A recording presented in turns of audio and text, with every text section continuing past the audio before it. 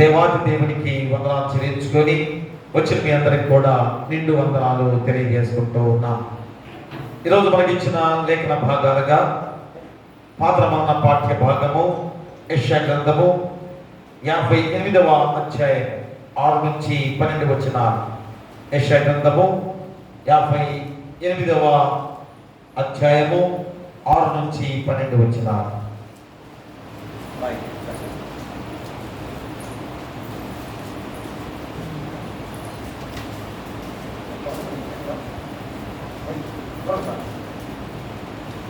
దినముగా ఏర్పాటు చేయబడిన 11 యెషయా గ్రంథము 58వ అధ్యాయము 6వ వచనం నుంచి 12వ వచనాల వరకు. దుర్మార్గులు కట్టిన కళ్ళను విప్పుటయు, ఆడిమాను మేకులు తీటయు, బాధింపబడిన వారిని విడిపించుటయు, ప్రతి కాడిని వెలుగుగొట్టుటయు నేను నేర్చుకున్న ఉపవాసము కదా. నీ ఆహారం ఆకలిగిన వారికి పెట్టుటయు, నీ రక్త సంబంధికి ముఖము తప్పింపకునుటయు, దిక్కుమాలిన వేదనను నీ ఎంట చేర్చుకునుటయు, వస్త్రహీనుడు నీకు కనబడినప్పుడు వారికి వస్త్రం వచ్చుటయు, ఇదే కదా నాకు ఇష్టమైన ఉపవాసము. అలాగున నీవు చేసినగా నీ వెలుగు వేకువ చుక్కవలే ఉదయించును. స్వస్థత నీకు శీఘ్రముగా లభించును. నీ నీతి నీ ముందర నడుచును. యెహోవా మహిమ నీ సైన్యము వెనుకటి భాగమున కావలి కాయను. అప్పుడు నీవు పిలువగా యెహోవా ఉత్తరమిచ్చును. నీవు మొరపెట్టగా ఆయన నేను నానను. ఇతరులను బాధించుటయు, వేరుపెట్టి చూపి తిరస్కరించుటయు, చెడ్డదానిని బట్టి మాట్లాడుటయు నీవు మాని, ఆశించిన దానిని ఆకలిగిన వారిని ఇచ్చి, శ్రమపడిన వారిని తృప్తిపరిచిన ఎడల చీకటిలో నీ వెలుగు ప్రకాశించును. అంధకారము నీకు మధ్యాహ్నం వలె ఉండును. యెహోవా నిన్ను నిత్యము నడిపించును.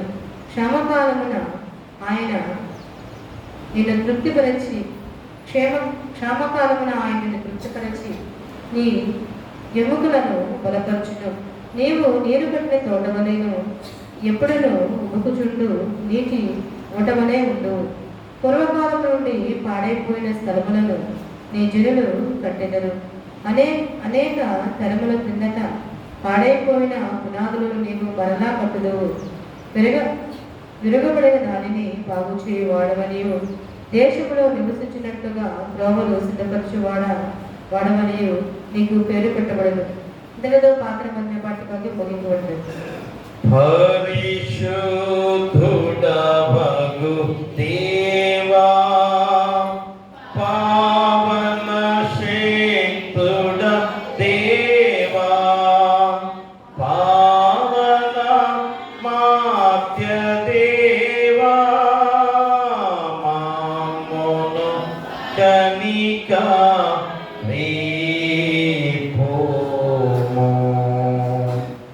అలాగే పత్రిక పాఠ్య భాగం నుంచి అపోస్తలుడైన పౌలు రోమీయులకు రాసిన పత్రిక 14వ అధ్యాయము 7 నుంచి 17 వచనాలు. అపోస్తలుడైన పౌలు రోమీయులకు రాసిన పత్రిక 14వ అధ్యాయము 7 నుంచి 17 వచనాలు. ఈ విధముగా ఏర్పాటు చేయబడిన పత్రిక పాఠ్య భాగము రోమా పత్రిక 14వ అధ్యాయము 7 నుంచి 17 వచనముల వరకు. మనలో ఎవడును తన కోసమే బ్రతకుడు, ఎవడును తన కోసమే చనిపోడు. మనం బ్రతికినాను ప్రభువు కోసమే బ్రతుకుచున్నాము, చనిపోయినాను ప్రభువు కోసమే చనిపోవచ్చున్నాము. కాబట్టి మనము బ్రతికినాను చనిపోయినాను ప్రభువు వారమై ఉన్నాము. తాను మృతులకును సజీవులకును ప్రభువై ఉండుటకు ఇందు నిమిత్తమే కదా క్రీస్తు చనిపోయి మరలా బ్రతికేను. అయితే నీవు నీ సహోదరునికి తీర్పు తీర్చనేలా, నీ సహోదరుని నిరాకరింపనేలా మనమందరము దేవుని న్యాయపీఠము ఎదుట నిలుతుము. నా తోడు ప్రతి మోకాలును నా ఎదుట వంగును, ప్రతి నాలుకయు దేవుణ్ణి స్తుతించును అని ప్రభు చెప్పుచున్నాడని వ్రాయబడి ఉన్నది కనుక మనలో ప్రతి వాడును తన్ను గూర్చి దేవునికి లెక్క ఒప్పింపవలెను. కాగా మనం ఇక మీదట ఒకరినొకడు తీర్పు తీర్చుకుందుము. ఇదియు గాక సహోదరునికి అడ్డమైనను ఆటంకమైన కలుగు చేయకుందుమని మీరు నిశ్చయించుకొనుడి. సమాజముగా ఏదియు నిషిద్ధము కానిది నేను ప్రభువైన యేసునందు ఎరిగి రూఢిగా నమ్ముచున్నాను. అయితే ఏదైనాను నిషిద్ధమని ఎంచుకుని వానికి అది నిషిద్ధమే. నీ సహోదరుడు నీ భోజన మూలముగా దుఃఖించిన ఎడల నీవింతను ప్రేమ కలిగి నడుచుకుని వాడవు కావు. ఎవని కొరకు క్రీస్తు చనిపోయెనో వానిని నీ భోజనము చేత పాడు చేయకము. మీకున్న మేలైనది దూషణ పాలు కానీయకుడి. దేవుని రాజ్యము భోజనమును పానమును కాదు గాని నీతియు సమాధానమును పరిశుద్ధాత్మ అందలి ఆనందమునై ఉన్నది. ఇంతతో పత్రిక పాఠభాగం ముగించబడి ఉన్నాం. హల్లెలూయా హల్లెలూయా హల్లెలూయా.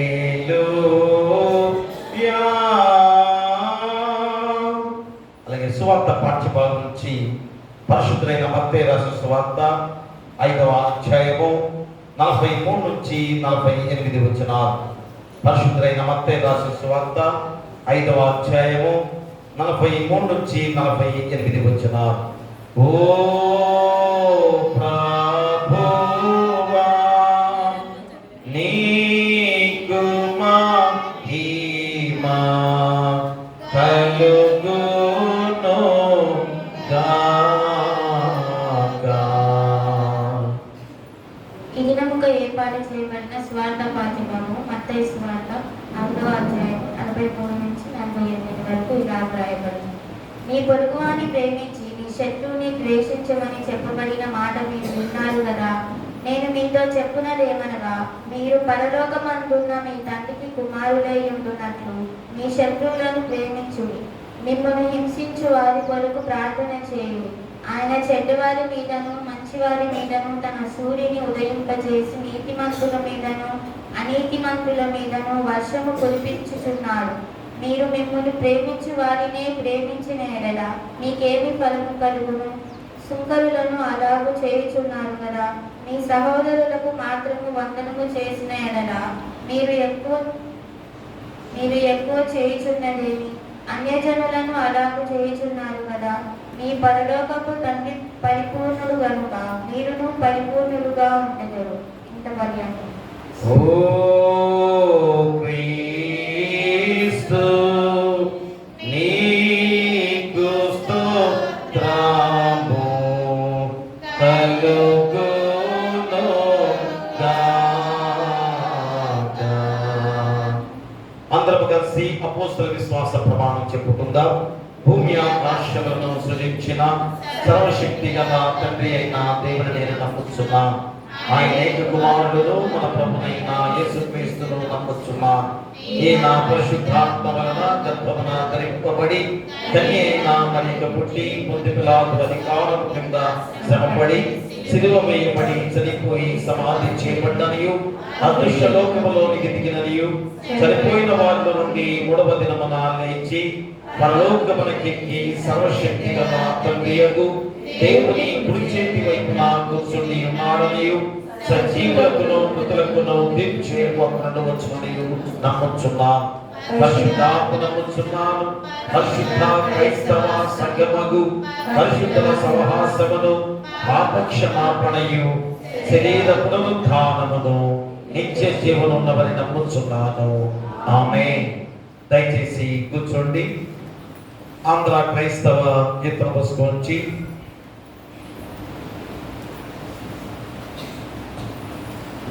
407వ కీర్తన. ప్రీతి గల మన యేసు ఎంతో గొప్ప మిత్రుడు.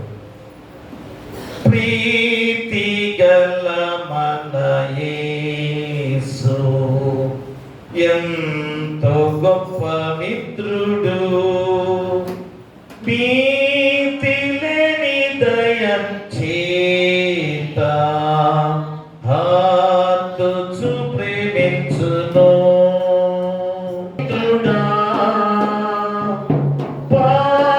పరలోకమందు యేసే వీరుడు రక్షకుడు. నారకులగా వంపే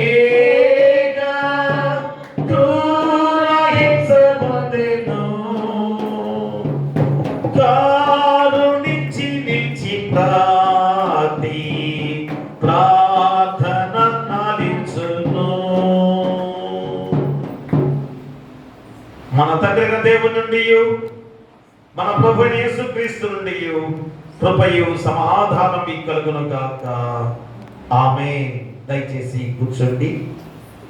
ప్రియ దేవుని సంగమా పిల్లారా, మరి యొక్క ప్రాముఖ్యమైన సమయంలో ప్రవేశించి త్రిత్వం తర్వాతి 4వ ఆదివారము చక్కటి ఆరాధనలో పాల్గొన్న మనందరం కూడా, ఎందుకంటే ఆరాధన చాలా ప్రాముఖ్యమైనది నూతన సంఘములో.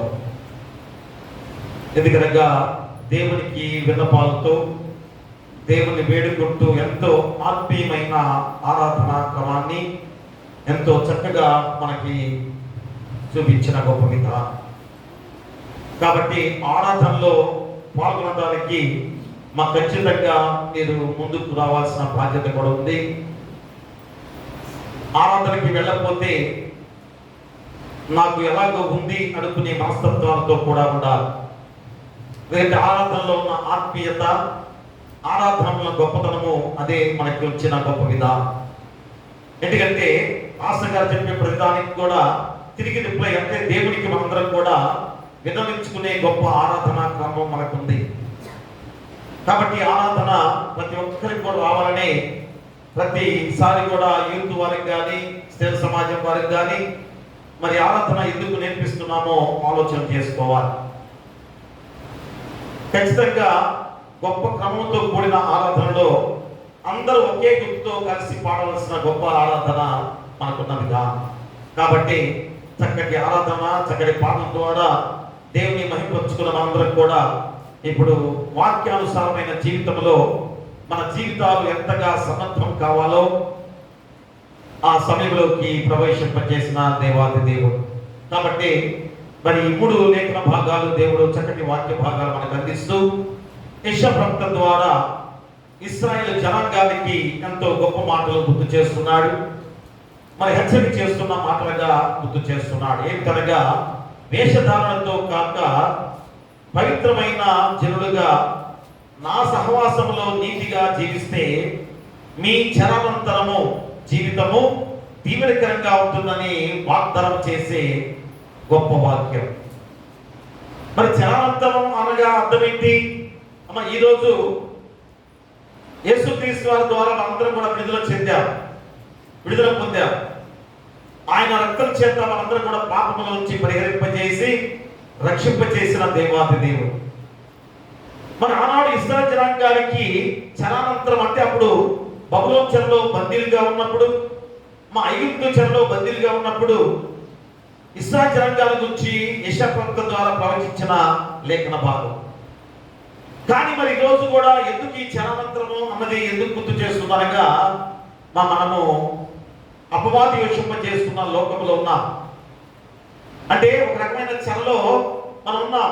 ఆ చెర నుంచి విడిపించుకునే విధానంలో మా దేవాది దేవుడు ఆ యేసుక్రీస్తు వారి ద్వారా రక్షణ వస్త్రాన్ని ధరింపజేసి ఆ అపవాది చెరలో బందీలుగా ఉండకుండా మనల్ని ఎలాంటి శక్తివంతులుగా ఉంచాడు ఈ లోకములో.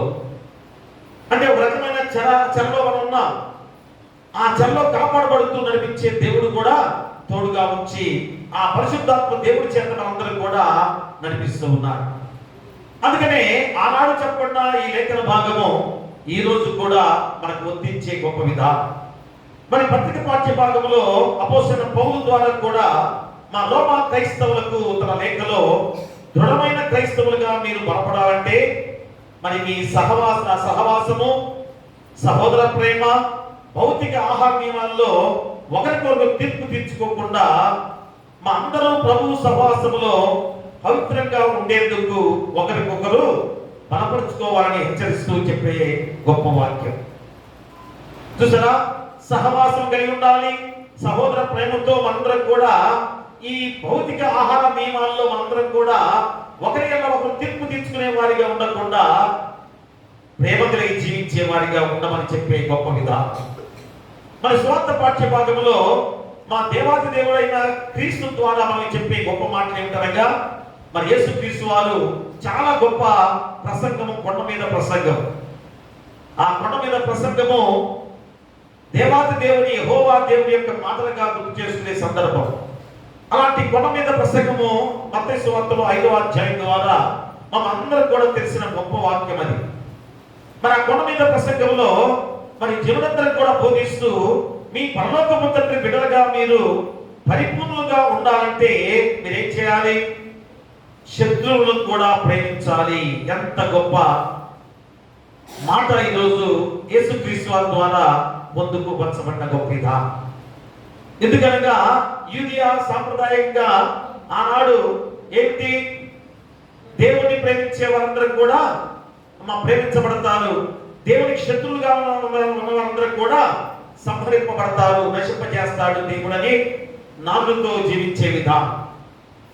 అంటే దేవుని ఇష్టమైన బిడ్డగా ఉన్న వారందరూ కూడా రక్షించబడతారు, దేవునికి విరుద్ధంగా ఉన్న వారందరూ కూడా నశింపజేస్తాడు అన్న విధానములో వాక్యము చెప్పబడే విధానం. అది దేవుడు చెప్పలేదు, కానీ ఆనాడు కొంతమంది రబ్బీలు, బోధకులు ఈ రీతిగా ఒక గ్రంథపు చుట్టలో దాన్ని రాసి ఇచ్చిన విధానంలో దాన్ని బయటికి తీసుకొచ్చి వారందరూ కూడా ఇది దేవుడు చెప్పాడు అనే విధానంలో ఉన్న క్షణము కూడా అలాంటి వారికి కుమారుడైన యేసుక్రీస్తు వారు వచ్చి ఈ గొప్ప సందేశం లోకమంతా కూడా ఎవరు కూడా ఏ మతం కూడా చెప్పని గొప్ప మాట యేసుక్రీస్తు వారి ద్వారా చెప్పబడిన మాట. మీ శత్రువులను ప్రేమించుడి. మరి ఏ మత గ్రంథంలో కూడా లేని మాట ఈరోజు యేసుక్రీస్తు వారి ద్వారా మనం పొందుకున్న గొప్ప విధానం. కాబట్టి మీ శత్రువులు సైతం ప్రేమించువారుగా, ప్రార్థనా యోగులుగా జీవించాలని ఎంత గొప్ప బోధ యేసుక్రీస్తు వారి ద్వారా చెప్పబడిన గొప్ప విధానం. కాబట్టి ప్రియ దేవులారా, ఈరోజు ఈ 3 లేఖన భాగాలు ఎంత చక్కటి అంశంతో క్రోడీకరించి దేవుడు మనకు గుర్తు చేస్తున్నాడు. ఈ 3 లేఖన భాగాల ద్వారా ఏమిటి ఈరోజు మనకి అంశం అనగా, పరిపూర్ణుడుగా దేవుని వారసుడు అయితేనే నిత్య జీవం. పరిపూర్ణత అంటే ఏ మాత్రం కూడా సందేహం ఉండకుండా, ఏ మాత్రం కూడా అవిశ్వాసంగా ఉండకుండా పరిపూర్ణుడుగా ఉండాలి. అదే ఈరోజు ఈ అంశం ద్వారా పరిపూర్ణుడుగా దేవుని వారసుడు అయితేనే నిత్య జీవం. చూడండి, 3 లేఖనాల్లో కూడా ఈ యొక్క అంశం ఎంత చక్కగా వస్తుందో గమనించండి. పరిపూర్ణుడుగా దేవుని వారసుడు అయితేనే నిత్య జీవం. అందుకని దాన్ని పాడుకున్న పాట కూడా ఎంత గొప్ప అర్థం, ప్రీతి గల మన యేసు అనే పాటలో ప్రతి 4 చరణాలు మనకు ఉన్నాయి. ఆ ఒక ఫస్ట్ చరణంలో ఏముంది? యేసు మనకి నిజమైన మిత్రుడు. చూడ, ప్రతి వచనంలో కూడా, ప్రతి చరణంలో కూడా మిత్రుడు మిత్రుడు మిత్రుడు అని వచ్చిన గొప్ప మాట. అంటే దేవుని ప్రేమ ఎంత గొప్పదో చూపిస్తూ యేసు మనకి నిజమైన మిత్రుడు. అంటే లోకములో స్నేహితులు మారవచ్చు, కానీ యేసుక్రీస్తు ఎప్పుడు కూడా మారని మిత్రుడు అని మొదటి చరణంలో చెప్పబడిన గొప్ప మాట. ఇక రెండో చరణంలో మన భారములు మోయేవాడు. నువ్వు అనుకుంటున్నావేమో, నేనెంతో భారం మోస్తున్నాను, నేను ఎన్నో బరువులు మోస్తున్నాను, ఎన్నో శ్రమలు పడుతున్నాను, ఎన్నో బాధలు పడుతున్నానని నువ్వు అనుకుంటున్నావా? ప్రియ దేవుని బిడ్డలారా, భారం మోయేవాడు నేను అని యేసుక్రీస్తు వారు చెప్తున్నాడు. అదే ఇందాక పాటలో చెప్పబడిన గొప్ప భావం. అంటే మన పాప భారం కానీ, మా కుటుంబ భారం కానీ, సేవా భారం అన్నిటిని కూడా యేసు పాదాల చెంత పెట్టినట్లయితే మా విశ్రాంతినిచ్చే దేవుడు మనకు తోడుగా ఉన్నాడు అని చక్కటి ఆ అర్థాన్ని మనం గుర్తు చేస్తున్నాడు. ఇక మూడోదిగా మనం గుర్తు చేసినట్లయితే 3వ చరణంలో భయపడిన వారికి ధైర్యం ఇచ్చేవాడు. ఎలాంటి భయాందోళన మనం జీవిస్తున్నాం? ప్రతి విషయంలో కూడా భయాందోళన ఉలిక్కి పడుతూ మన జీవితాన్ని ఈ లోకంలో ముందుకు కొనసాగించుకుంటూ మనం జీవిస్తున్నాం. ఆర్థిక ఇబ్బందులతో భయం, అనారోగ్య సమస్యలతో భయం. ఎందుకంటే కూర్చొని కూడా ప్రాణాలు పోతున్నాయి కదా. అయ్యో, రేపు నా పరిస్థితి ఏముంటుంది, ఎలా ఉంటుంది అనే ఆలోచనతో ఉండే జీవితాలతో మనం జీవిస్తున్నాం. అలాంటి నిరాశ, భయం, దుఃఖం, శ్రమలు ఇవన్నీ కూడా ఏ విధంగా ధైర్యాన్ని ఇచ్చే దేవుడు మనకు తోడుగా ఉన్నాడని ఆ పాట యొక్క భావంలో మనం గుర్తు చేస్తున్నాడు. ఇక 4వ చరణంలో మన ప్రార్థన ఆలకించువాడు. దేవుడా, ప్రార్థన ముందుగా అడిగే గొప్ప విధానమే ప్రార్థనకు అర్థం. కాబట్టి యేసు మన కొరకు శ్రమపడిన మన ప్రార్థనలు వినే కరుణామయుడిగా, రక్షకుడిగా మనకు తోడుగా ఉన్నాడు. అలాంటి గొప్ప మిత్రుడు మనకి యేసుక్రీస్తు వారిగా లోకానికి దిగి వచ్చి మనం రక్షింపచేసిన దేవాది దేవుడిగా ఉన్నాడని ఆ పాటలో 4 చరణాల్లో ఉన్న భావాన్ని మనం గుర్తు చేసుకుంటే ఈ రోజు ఈ 3 లేఖన భాగాలు మనం ఎంతో చక్కగా మనకి ఇచ్చిన గొప్ప విధానం. అంటే దేవుడు ఎంతగా తోడుగా ఉండి మిత్రుడుగా నీకు ఉన్నప్పుడు మనం ఎలా ఉండాలి? మన పరిపూర్ణమైన జీవితాలతో మనందరూ కూడా జీవించాలి. పరిపూర్ణమైన జీవితాలు కలిగి మనం ఉండాలి కదా.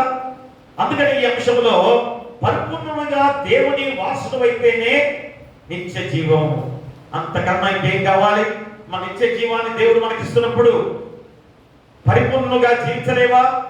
నువ్వు పరిపూర్ణంగా జీవించడానికి మా యేసుక్రీస్తు వారు దిగి వచ్చాడు. మరి నీలో ఉన్న పాపాన్ని, నాలో ఉన్న పాపాన్ని, మనందరిలో ఉన్న పాపాన్ని తీసివేయడానికి వచ్చిన దేవాది దేవుడు. నీ కొరకు నా కొరకు శ్రమపడిన దేవాది దేవుడు. అంతటి త్యాగం ద్వారా మనల్ని పవిత్రులుగా మార్చిన తర్వాత కూడా మనం పరిపూర్ణులుగా ఉన్నామా? పరిపూర్ణులుగా దేవుని వారసుడుగా ఉన్నావా? కాబట్టి పరిపూర్ణులుగా దేవుని వారసుడు అయితేనే నిత్య జీవం మనకు లభిస్తుంది అని చెప్పబడిన గొప్ప మాటలు. ప్రియమైన మన వాక్యంగా మనం చూస్తే మత్తయి సువార్త 5వ అధ్యాయము 48వ వచనాన్ని మనము చదువుకుందాం. మీ పరలోకపు తండ్రి పరిపూర్ణుడు గనుక మీరును పరిపూర్ణులుగా ఉండెదరు. చూడండి, మూల వాక్యమే అమ్మ. ఈరోజు వాక్యం అంతా కూడా అర్థమైపోవాలి. చూసారా అంశం ఎలాంటి గొప్ప అంశంతో ఈ మూల వాక్యం ద్వారా దేవుడి రోజు చక్కటి లేఖన భాగాల ద్వారా వాక్యాన్ని సిద్ధపరిచిన విధానం. మీ పరలోకపు తండ్రి పరిపూర్ణుడు. అమ్మ, దేవుడు పరిపూర్ణుడుగా, కుమారుడైన యేసుక్రీస్తు వారు పరిపూర్ణుడుగా కళ్ళారా మనం చూసాం కదా. మరి పరిపూర్ణుడుగా కనుక మీరును పరిపూర్ణులుగా ఉండాలి. పరిపూర్ణుడుగా యేసుక్రీస్తు వారు ఉన్నాడు కనుకనే మా పరలోక రాజ్యంలో తండ్రి కృపాసనం కూర్చునే అర్హత పొందారు. ఈరోజు మనం కూడా కుమారులుగా ఉన్నాం కనుక పరిపూర్ణులుగా ఉన్నట్లయితే ఆ దేవుని కృపాసనంలో మనందరం కూడా కూర్చునే గొప్ప శక్తిమంతులం. కాబట్టి ప్రేమరా, గత వారంలో చెప్పుకున్న గొప్ప మాటలు ఏంటి? మారు మనసు పొందుటయే దేవునికి ఆనందము. ప్రేమరా, మారు మనసు పొందుకుంటయే దేవునికి ఆనందము. మరి దేవుడు ఎప్పుడు ఆనందపడతాడు? దేవుడు ఎప్పుడు సంతోషపడతాడు? నువ్వు మారు మనసు కలిగిన జీవితం నీలో రావాలి. మన ఇంత త్యాగం చేసిన తర్వాత కూడా మనం మారు మనసు పొందుకోలేకపోయామంటే మరి రాకడ వచ్చేస్తుంది అనే మాటలు ఈరోజు మనకు తెలుస్తున్నా కానీ మా మారు మనసు పొందుకోలేదు అర్థమైంది. అందుకనే గత వారము మారు మనసు పొందుటయే దేవునికి ఆనందము.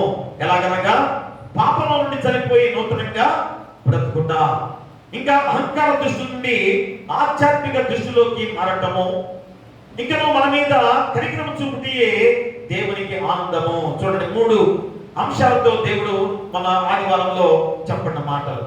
అంటే ఈ విధంగా మారు మనసు పొంది పశ్చాత్తాపడితే దేవునికి ఎంత ఆనందమో, ఎంత సంతోషమో గమనించుకునే బిడ్డలుగా ఉన్నట్లయితే ఈరోజు మనం అలాంటి స్థితిలో అనగా మారు మనసు పొందుకోవడానికి ఎంత పరితాపంతో ఉండే స్థితిలో మనం ఉంటామో ఆలోచన చేసుకోవాలి. కొద్దిగా దారి కట్టబడతామా, వాటి కట్టబడతాం. కాబట్టి ప్రియ దేవుడారా, మరి ఈరోజు ఈ వాక్యానికి గత వారం వచ్చిన వాక్యం కూడా చక్కటి అనుబంధంతో చెప్పండి లేఖన భాగం. అందుకనే గత వారం యొక్క అంశం కూడా మనం గుర్తు చేసుకున్నాం. ఎందుకంటే ఈరోజు పరిపూర్ణంగా కొనసాగాలంటే ఏం చేయాలి? మనం పరిపూర్ణంగా ఉండాలంటే ఏం చేయాలి? మారు మనసును పొందుకోవాలి కదా. మరి మారు మనసు పొందుకోకుండా పరిపూర్ణుడు కాగలవా? అదే చెబుతున్నాడు. పరిపూర్ణుడిగా నువ్వు ఉండాలంటే మరి ఏం చేయాలి? మత్తయి సువార్త 5వ అధ్యాయంలో అంతా చెప్పబడిన మాటలు కదా. 48వ వచనంలో మీ పరలోకపు తండ్రి పరిపూర్ణుడు గనుక మీరును పరిపూర్ణులుగా ఉండెదరు. వివరా అంటే పరిపూర్ణులుగా దేవుని బిడ్డవైతేనే నిత్య జీవము పొందుకోగలమని ఈరోజు నీకు గుర్తు చేస్తున్నాడు. చూడండి, ఉదాహరణకి మత్తయి సువార్త 19వ అధ్యాయం చూడండి ఒకసారి. ఇక్కడే మనకి తేల్చేశాడు దేవుడు. మత్తయి సువార్త 19వ అధ్యాయంలో 16 నుంచి 21 వచనాలు చదువుకుందాం. ఇదిగో ఒకడు ఆయన యొద్దకు వచ్చి బోధకుడా, నిత్య జీవము పొందుటకు నేను ఏ మంచి కార్యము చేయవలనని ఆయన అడిగాను. అందుకైన మంచి కార్యముల గురించి నన్ను ఎందుకు అడుగుతున్నావు? మంచివాడు ఒక్కడే. నీవు జీవములో ప్రవేశింపకోరని ఎడల ఆజ్ఞలు గైకొనమని చెప్పాను. అతడు ఏ ఆజ్ఞలని ఆయనను అడుగగా, యేసు నరహత్య చేయవద్దు, వ్యభిచరింపవద్దు, దొంగిలవద్దు, అబద్ధ సాక్ష్యము పలకవద్దు, తల్లిదండ్రులను సన్మానింపము, నిన్ను అనే నీ పొరుగువారిని ప్రేమించవలనని అరుణవే అని చెప్పాను. అందుకు ఆ యవనస్తుడు, ఇవన్నీ అనుసరించుచునే ఉన్నాను, ఇకను నాకు పొదువ ఏమని ఆయనను అడిగాను. అందుకు యేసు, నీవు పరిపూర్ణమగుటకు కోరిన యెడల పోయి నీ ఆస్తిని అమ్మి బీదలకిమ్ము, అప్పుడు పరలోకమందు నీకు ధనము కలుగును, నీవు వచ్చి నన్ను వెంబడించుమని అతనితో చెప్పాను. అయితే ఆ యవనుడు మిగుల ఆస్తి గలవాడు గనక ఆ మాట విని వ్యసనపడుచు వెళ్ళిపోయాను. ప్రియులా, పరిపూర్ణులుగా ఉన్నామో లేదో ఇప్పుడు ఆలోచన చేయండి. మా 19వ అధ్యాయంలోనే మత్తయి సువార్త ద్వారా యేసుక్రీస్తు వారు చెప్పిన ఈ గొప్ప వాక్యాన్ని ఈరోజు మనం గుర్తు చేసుకోవాలి. ఎందుకంటే ఒక అతను బోధకుడుగా యేసుక్రీస్తు వారి దగ్గరికి వచ్చి, బోధకుడా, నిత్య జీవం పొందుటకు నేను ఏ మంచి కార్యాలు చేయాలి? ఈరోజు అదే కదా మనకు వచ్చిన వాక్య భాగం. పరిపూర్ణుడుగా దేవుని వారసుడు అయితేనే నిత్య జీవం. నేను నిత్య జీవం పొందుకోవాలంటే నేను ఏం చేయాలి అని ఒక మనిషి, అనగా ఇతను యవనస్తుడు, ఒక అధికారి, ధనవంతుడు, 3 అంటే అన్ని కూడా ఉన్నవాడి. ఆ అన్ని కూడా ఎలా వచ్చాయి? మా చూడండి, అన్ని పాటిస్తున్నాడు. ఎందుకు ఇక్కడ అడుగుతున్నప్పుడు, మంచి కార్యం నన్ను ఎందుకు అడుగుతున్నావు? మంచివాడు ఒక్కడే. మరి నీవు జీవములో ప్రవేశింపగోని ఎడల ఆజ్ఞలు గైకొనమన్నాడు. అయ్యా, ఆజ్ఞలు ఏంటి?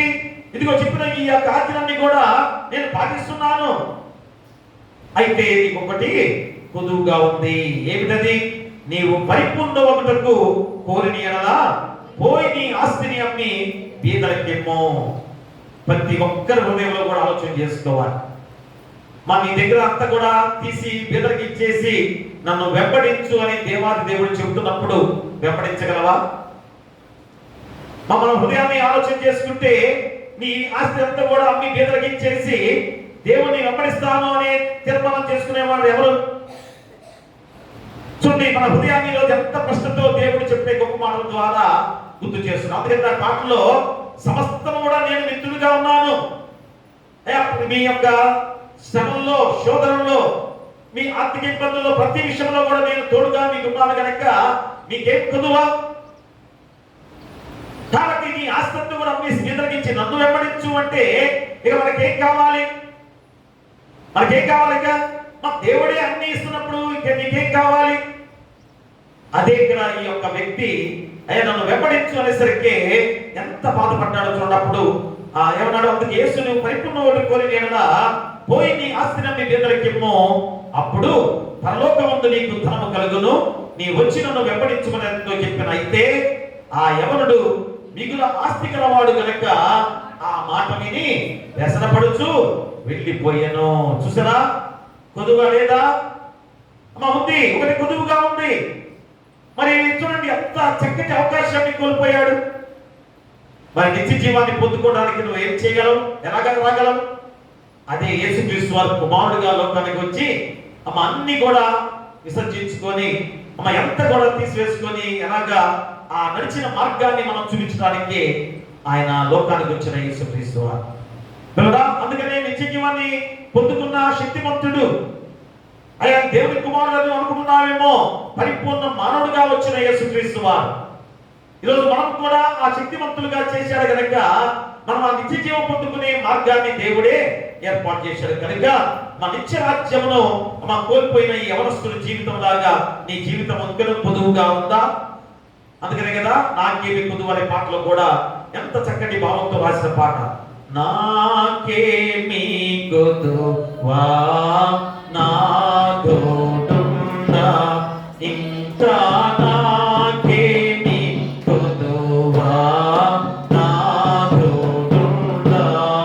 ప్రియా దేవుడా, చూడండి, దేవుడు నాకు తోడుగా ఉన్నప్పటికీ నాకేమి కొదువా.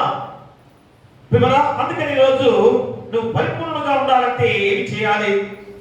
మా ఏ ఒక్కరి కూడా నీలో దేవునికి ఇష్టం కానీ ఏది కూడా ఉంచుకోకూడదు. కాబట్టి దేవునికి సంతోషం ఆనందం కలగాలంటే పరిపూర్ణులుగా ఉండాలి. అలాగా ఉండాలి అంటే పరిపూర్ణంగా జీవించాలంటే 3 మాటలు ఈ యొక్క లేఖన భాగాల ద్వారా గుర్తు చేశారు. 1, శత్రువులను ప్రేమించి ప్రార్థనా జీవితం కలిగి జీవించుట. మొట్టమొదటి చూడండి అక్కడ, శత్రువులను ప్రేమించి ప్రార్థనా జీవితం కలిగి జీవించుట. చూడండి ఎంత గొప్ప వాక్యము మొట్టమొదటి అంశంలోని మనం గుర్తు చేస్తున్నాడు. చూడండి, మత్తయి సువార్త 5వ అధ్యాయము 44వ వచనాన్ని చదవండి. నేను మీతో చెప్పున్నదేమనగా, మీరు పరలోకమందున్న మీ తండ్రికి కుమారులై ఉండునట్లు మీ శత్రువులను ప్రేమించుడి, మిమ్మల్ని హింసించు వారి కొరకు ప్రార్థన చేయుడి. చేస్తానా? మా ఎంత గొప్ప లోకానికి చాటి చెప్పిన గొప్ప బోధ, గొప్ప వాక్యము. ఏ మత గ్రంథంలో కూడా చెప్పని వాక్యాన్ని యేసుక్రీస్తు వారి ద్వారా మనకు చెప్పబడిన గొప్ప మాట. మీ శత్రువులను ప్రేమించుడి, మిమ్మల్ని హింసించు వారు సైతం కూడా మీరు ప్రేమించుడి అని మనం చెప్పబడిన గొప్ప మాట. ఎందుకంటే ఇది కొండ మీద ప్రసంగంలో భాగంగా ఉన్న గొప్ప మాటలు ఇవన్నీ కూడా. అంటే ప్రజలతో మీ పరలోకపు తండ్రి బిడ్డలుగా మీరు ఉండాలి అంటే మీ తండ్రి పరిపూర్ణులు గనుక మీరు కూడా పరిపూర్ణులుగా జీవించాలి అని బోధించిన గొప్ప మాటే. ప్రియ దేవుడా, అంటే పరిపూర్ణత అంటే అర్థమేంటి? మా ప్రార్థించుట, ప్రేమించుట. పరిపూర్ణత అర్థమేంటి? ప్రార్థించుట, ప్రేమించుట. అంటే యేసుక్రీస్తు వారు ఎలాగా ఉన్నాడు ఈ లోకంలోకి వచ్చి? నిత్యం కూడా ప్రార్థించే, తండ్రికి ప్రార్థించేవాడిగా ఉండేవాడు.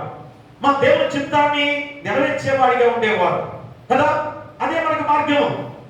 అలాంటి మార్గదర్శకుడు మనకు యేసుక్రీస్తు వారిగా లోకానికి వచ్చి చూపించిన దేవాది దేవుడు. కాబట్టి మా ప్రార్థనలో గడిపేవాడు అనే గొప్ప విధానం ద్వారా యేసుక్రీస్తు వారు ఎలాగా ప్రార్థించేవాడు, దేవుణ్ణి అడిగేవాడు కదా. మరి ప్రార్థన అంటే అర్థం ఏంటి? మా ప్రార్థన అంటే అర్థం ఏంటి? ప్రార్థన, ముందు అడిగే గొప్ప విధానమే ప్రార్థన. అంటే దేవుణ్ణి ముందుగా అడుగుట, అంటే దేవుణ్ణి ఎరుగుట అనగా దైవ చిత్తానుసారంగా జీవించడం అనే ఆ గొప్ప అర్థాన్ని మనకు తెలియజేస్తూ ముందుగా దేవుని అడిగే గొప్ప విధానం గురించి తెలియజేస్తున్నాడు. చూడండి, అపోస్తుల కార్యాలు 2వ అధ్యాయం చూడండి ఒకసారి. అపోస్తుల కార్యాలు 2వ అధ్యాయంలో 42వ వచనం నుంచి చదవండి. 42వ వీరు అపోస్తుల బోధయందును సహవాసమందును రొట్టె విరుచుట యందును ప్రార్థన చేయటి యందును ఎడతెగక ఉండిరి. అప్పుడు ప్రతివానికి భయము కలిగెను, మరియు అనేక మహత్కార్యములను సూచక క్రియలను అపోస్తుల ద్వారా జరిగెను. విశ్వసించిన వారందరూ ఏకముగా కూడి తమకు కలిగినదంతయు సమిష్టిగా ఉంచుకొనిది. ఇది కాక వారు తమ స్థిరాస్తులను అమ్మి అందరికీ వారి వారి అక్కర కొలది పంచిపెట్టిరి. మరియు వారేక మనస్కులై ప్రతిదినము దేవాలయంలో తప్పక కూడుకొనుచు ఇంటింటా రొట్టె విరుచుచు దేవుని స్తుతించుచు ప్రజలందరి వలన దయ పొందిన వారై ఆనందముతోనూ నిష్కపటమైన హృదయముతోనూ ఆహారం పుచ్చుకొనుచుండిరి. మరియు ప్రభు రక్షణ పొందుతున్న వారిని అనుదినము వారితో చేర్చుచుండెను. ప్రియుడా, చూడండి, శిష్యులుగా అయిన వారు ఎంత గొప్ప విధానంలో ఉన్నారో చూసారు అక్కడ.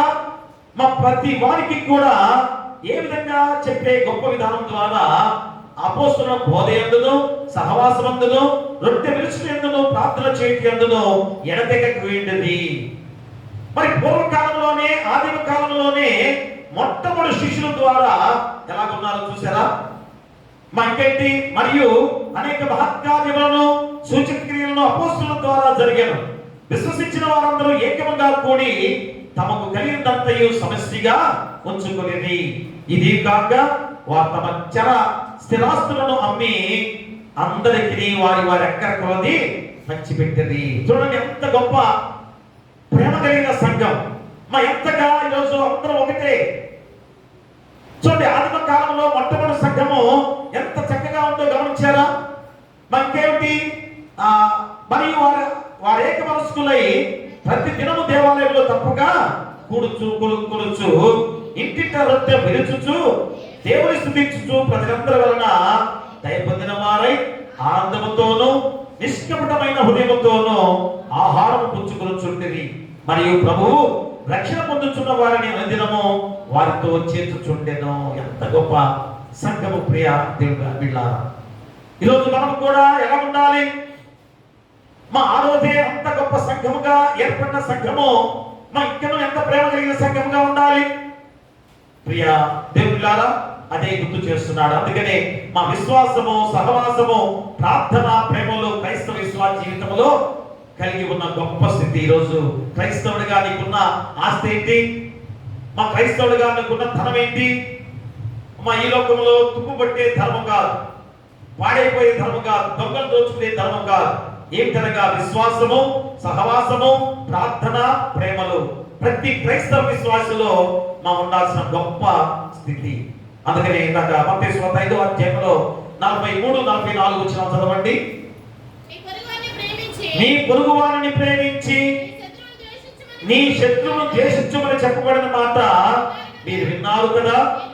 నేను మీతో చెప్పినదేమనగా, మీరు పరలోకమందున్న మీ తండ్రికి కుమారులై ఉండునట్లు మీ శత్రువులను ప్రేమించుడి, మిమ్మల్ని హింసించు వారి కొరకు ప్రార్థన చేయుడి. ప్రియ దేవులారా, చూడండి, ఈ మాట ఏమంది? నీ పొరుగు వారిని ప్రేమించి నీ శత్రువును ద్వేషించుమని చెప్పబడిన మాట మీరు విన్నారు కదా.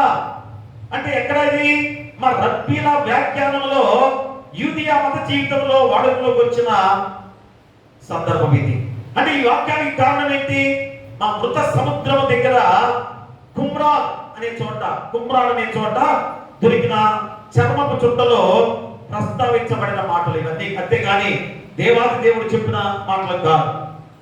ఆనాడు కొంతమంది రబ్బీలు అంటే బోధకులు ఈ రీతిగా చర్మ చుట్టలో రాశారేమని, నీ పొరుగు వారిని ప్రేమించి నీ శత్రువును ద్వేషించు. కానీ రోజు యేసుక్రీస్తు వారు ఏమన్నాడు? నీ శత్రువును ప్రేమించుడి. దేవుని వాక్యము, దేవుడు చెప్పే మాటలు ఈరోజు ప్రతి ఒక్కరు కూడా అర్థం చేసుకునే రీతిలోనే బైబిల్ గ్రంథం మనకి ఏర్పాటు చేయబడింది కదా. ఆనాడు దేవాది దేవుడు చెప్పని మాటలు కొంతమంది బోధకుల ద్వారా చర్మం చుట్టలో రాయబడ్డాయి. ఆ మృత సముద్రం దగ్గర ఒక చర్మము చుట్ట దొరికితే దాన్ని తీసిన వెంటనే కుమ్రేని అనే ప్రాంతంలో కుమ్రాన్ అనే ప్రాంతంలో ఆ చర్మం చుట్ట దొరికింది మృత సముద్రం దగ్గర. దానిలో ఈ రాత రాసింది ఏమని? నీ పొరుగు వారిని ప్రేమించి నీ శత్రువును ద్వేషించుమని చెప్పిన మాట. అది దేవుడు చెప్పిన మాట కాదు కదా.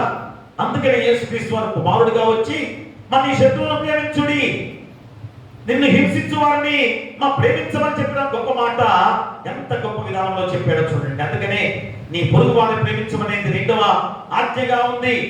చూడండి, లేవి కాండంలో ఒకసారి మనం గుర్తు చేసుకుందాం. లేవి కాండము 12వ అధ్యాయం చూడండి ఒకసారి. 12వ అధ్యాయం 18వ వచనాన్ని చదవండి. కీడుకు ప్రతి కీడు చేయకూడదు,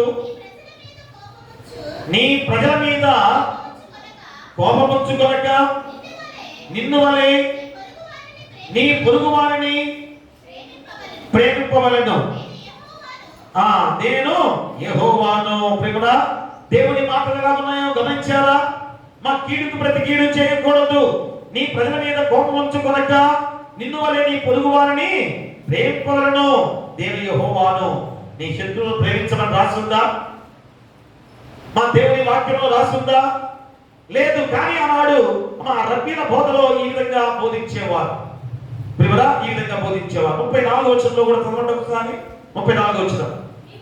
మీ మధ్య నివసించు పరదేశిని మీలో పుట్టిన వారి వలె ఎంచవలెను, నిన్ను వలె వారిని ప్రేమించవలెను. ఐగుప్తు దేశములో మీరు పరదేశులై ఉంటిరి, నేను మీ దేవుడినైన యెహోవాను. అమ్మ పరదేశి అంటే ఎవరైనా బయట వారు మన మధ్యలో ఉన్నారనుకోండి, వాళ్ళు ఎలా ఉండాలి? మీ ఇంటిలో పుట్టిన వారి వలె ప్రేమ చూపించాలి. ఒకప్పుడు మనం కూడా ఐగుప్తు చెరలో పరదేశంలోనే ఉన్నాం, కానీ దేవుడు ఎలాగా కాపాడి నడిపించాడో గుర్తులేదా? మా పరదేశంగా ఉన్నప్పుడు అన్య జనాంగము క్రైస్తవులుగా ఉన్న ఇశ్రాయేలు జనాంగాన్ని ఎంత హింస పెట్టారు.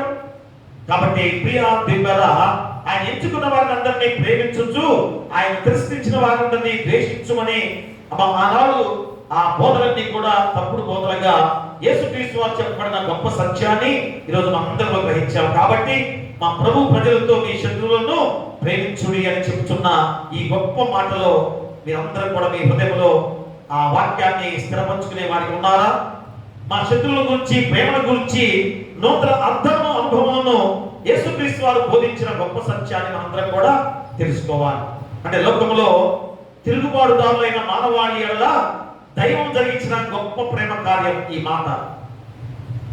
ప్రేమరా అంటే శత్రువులు సైతం ప్రేమించే క్రైస్తవులు, మా గుండెనే చేసుకుని చెప్పొచ్చు, క్రైస్తవులు ఉన్నవారు ఎంత మంచివారు, శత్రువులు సైతం కూడా ప్రేమించే గొప్ప గుణము కలిగిన వారు. ప్రేమరా మరి రోజు క్రైస్తవులుగా మీరు ఉన్నారు కనుక మీకు శత్రువులు ఉన్నారా? ఒక్కసారి హృదయంలో ఆలోచన చేసుకోండి కాసేపు. ఎవరు నాకు శత్రువులుగా ఉన్నారో మా ఇప్పుడే వారితో మాట్లాడండి. ఆ ప్రార్థన అయిపోయిన వెంటనే ఆ శత్రువుని ఎలాగ ప్రేమించి నీవే స్వయంగా వెళ్ళి మాట్లాడు. వారు మాట్లాడుతూ ఏమైంది, నేనే మాట్లాడాలా, నేనేం తక్కువ అనే ఆలోచన ఎవ్వరు కూడా చేయకూడదు. ఎవరికి వారుగా తను తాను తగ్గించుకున్నవాడు హెచ్చించబడను కదా, తను తాను హెచ్చించుకున్నవాడు తగ్గించబడను. కాబట్టి ఇప్పుడే నీ శత్రువు ఎవరున్నారో శత్రువు ప్రేమించాలి. అదే ఈరోజు ఈ వాక్యం ద్వారా నువ్వు పరిపూర్ణుడుగా కావాలంటే నువ్వేం చేయాలి? నీకు శత్రువుగా ఉన్న వారి దగ్గరికి వెళ్ళి మాట్లాడి వారి గురించి ప్రార్థన చేసేవాడిగా ఉండాల్సిన బాధ్యత నీకు గుర్తు చేస్తున్నాడు. అందుకని యోహాను సువార్త 3వ అధ్యాయంలో 16వ వచనంలో ఏం చెబుతున్నాడు చూడండి. అక్కడ దేవుడు లోకమును ఎంతో ప్రేమించెను కాగా తన అద్వితీయ కుమారునిగా పుట్టిన వారి యందు విశ్వాసముంచు ప్రతివాడును నశింపక నిత్య జీవం పొందినట్లు ఆయనను అనుగ్రహించెను. ప్రేమరా దేవుడు లోకమును ఎంతో ప్రేమించెను, ఎంతో, ఇక దానికి హద్దు లేదు. ఈరోజు నీవు కూడా ప్రేమించేవాడిగా ఉంటావా? అలాంటి ప్రేమను వ్యక్తపరిచిన వారే మా వాస్తవంగా తండ్రి దేవునికి బిడ్డలుగా ఉండబోతున్నారు. ఎలాంటి శత్రుత్వం కూడా లేకుండా ఉండేవారే పరిపూర్ణులు. మా లాంటి వారే దేవుని బిడ్డలు. ఎందుకంటే యేసుక్రీస్తు వారికి ఎవరు శత్రువులు లేరు కదా. మా శత్రువుని కూడా ప్రేమించాడు కదా. అప్పుడు ఆ యొక్క భటుడు ఏం చేశాడు? యేసుక్రీస్తు వారిని పట్టుకెళ్ళేటప్పుడు ఏ రీతిగా అతను యేసుక్రీస్తు పట్టుకోవడం ఇచ్చినట్టుగా పేతురు ఏం చేశాడు? కత్తి చూసి చెవి నరికేశాడు కదా. వెంటనే పేతురు గద్దించాడు. కత్తి పట్టుకున్నవారు కత్తితో నశిస్తారని చెప్పి ఆ చెవి తీసి మళ్ళా చేతికి అక్కడ ఆ చెవి దగ్గర అతికించి ప్రార్థన చేసి స్వస్థపరిచిన దేవాది దేవుడు. శత్రువులు ఉన్నారా? ఈరోజు నీకు శత్రువులు ఉన్నారేమో ఆలోచన చేస్తున్నారా ప్రియ దేవుని బిడ్డలారా? కాబట్టి ఇప్పుడైనా కానీ ఆలోచన చేసుకొని చూడండి, ఎఫెసీయులకు రాసిన పత్రికలో 5వ అధ్యాయంలో చెప్పే మాటలు చూడండి ఒకసారి. ఎఫెసీయులకు రాసిన పత్రిక 5వ అధ్యాయము 1-2 వచనాలు చదవండి. కావున మీరు ప్రియులైన పిల్లల వలె దేవుని పోలి నడుచుకొనుడి. క్రీస్తు మిమ్మల్ని ప్రేమించి పరిమళ వాసనగా ఉండుటకు మన కొరకు తన్ను తాను దేవునికి అర్పణగాను బలిగాను అప్పగించుకొనెను. అలాగనే మీరును ప్రేమ కలిగి నడుచుకొనుడి. ప్రియులారా, మీరు ప్రియులైన పిల్లల వలె దేవుని పోలి నడుచుకొనుడి. క్రీస్తు మిమ్మల్ని ప్రేమించి పరిమళ వాసనగా ఉండుటకు మన కొరకు తను తాను దేవునికి అర్పణగాను బలిగాను అప్పగించుకొనెను. అలాగనే మీరును ప్రేమ కలిగి నడుచుకొనుడి. చూసారా, దేవుని పోలి నడుచుకోవాల్సిన బాధ్యత మీపై ఉందని గుర్తు చేస్తున్నాడు. దీని అర్థము పాపం లేని వారిగా ఉండటం కాదు, కానీ ఈ రీతిగా మనందరం కూడా శత్రువును కూడా ప్రేమించే గుణం కలిగిన వారిగా జీవించాలి. నేను ఏం తప్పు చేయట్లేదు, అన్ని ఆజ్ఞలు పాటిస్తున్నానన్న యవనస్తుడు చివరికి నీకు ఒకటి కొద్దిగా ఉందంటే ఏమిటంటే నీ ఆస్తంతో మీద ఇచ్చి నన్ను వెంబడించమంటే వెంబడించాడా? చూసారా, కొదువుగా ఉంది. ఈరోజు నీలో కూడా కొదువ శత్రువును ప్రేమించే ప్రేమ లేనివాడిగా ఉన్నావేమో. కాబట్టి మత్తయి సువార్త 5వ అధ్యాయంలో 6-7 వచనాల్లో మనం గుర్తు చేసినట్లయితే చూడండి, అక్కడ 6-7 వచనాలు. నీతి కొరకు ఆకలి దప్పులు గలవారు ధన్యులు, వారు తృప్తిపరచబడుదురు. కనికరం గలవారు ధన్యులు, వారి కనికరము పొందుదురు. ప్రియరా, చూడండి ఎంత గొప్ప మాటలు. నీతి కొరకు ఆకలి దప్పులు గలవారు ధన్యులు, వారు తృప్తిపరచబడుదురు. కనికరం గలవారు ధన్యులు, వారు కనికరం పొందుదురు. మరి నువ్వు కనికరం చూపిస్తున్నావా క్రైస్తవుడిగా? కాబట్టి మనం ప్రేమించని వాటిని కూడా ప్రేమించడమే క్రీస్తు మనకు నేర్పుతున్న గొప్ప విధానం. మమ్మల్ని ఎవరు ప్రేమించిన వాడిగా ఉన్నారో వారిని ప్రేమించడమే గొప్ప విధానం. నిన్ను ప్రేమించేవాడు నువ్వు ప్రేమిస్తే దాంట్లో ఏముంది లాభం? కాబట్టి ఆయన ఇలా ప్రేమించాడు. ఎలాగా? రోమపత్రిక చూడండి ఒకసారి ఎంత గొప్ప మాట చెప్తున్నాడో. రోమపత్రిక 5వ అధ్యాయం చూడండి ఒకసారి. రోమపత్రిక 5వ అధ్యాయంలో 6 వచనం నుండి, ఏలైనగా మనం ఇంకనూ బలహీనమై ఉండగా క్రీస్తు యుక్తకాలమున భక్తిహీనుల కొరకు చనిపోయాను. 8వ వచనం. అయితే దేవుడు మన యందు తన ప్రేమను వెళ్ళబడుచున్నాడు. ఎట్లనగా మనం ఇంకనూ పాపులమై ఉండగానే క్రీస్తు మన కొరకు చనిపోయాను. 10వ వచనం. ఏలైనగా శత్రులమై ఉండగా ఆయన కుమారుని మరణం ద్వారా మనం దేవునితో సమాధానపరచబడిన యెడల సమాధానపరచబడిన వారమై ఆయన జీవించుట చేత మరణించముగా రక్షించబడదము. ప్రియరా, చూడండి మనం పాపములో ఉండగానే రక్షించిన దేవుడు. కాబట్టి ఖచ్చితంగా బలహీనులను, పాపులను, శత్రువులను ప్రేమించి ప్రాణమిచ్చిన దేవాది దేవుడు. నువ్వు నీ శత్రువులతో మాట్లాడటానికి ఇంకేమిటి? శత్రువులను ప్రేమించిన గొప్ప విధానంలో ప్రాణత్యాగం చేశాడు.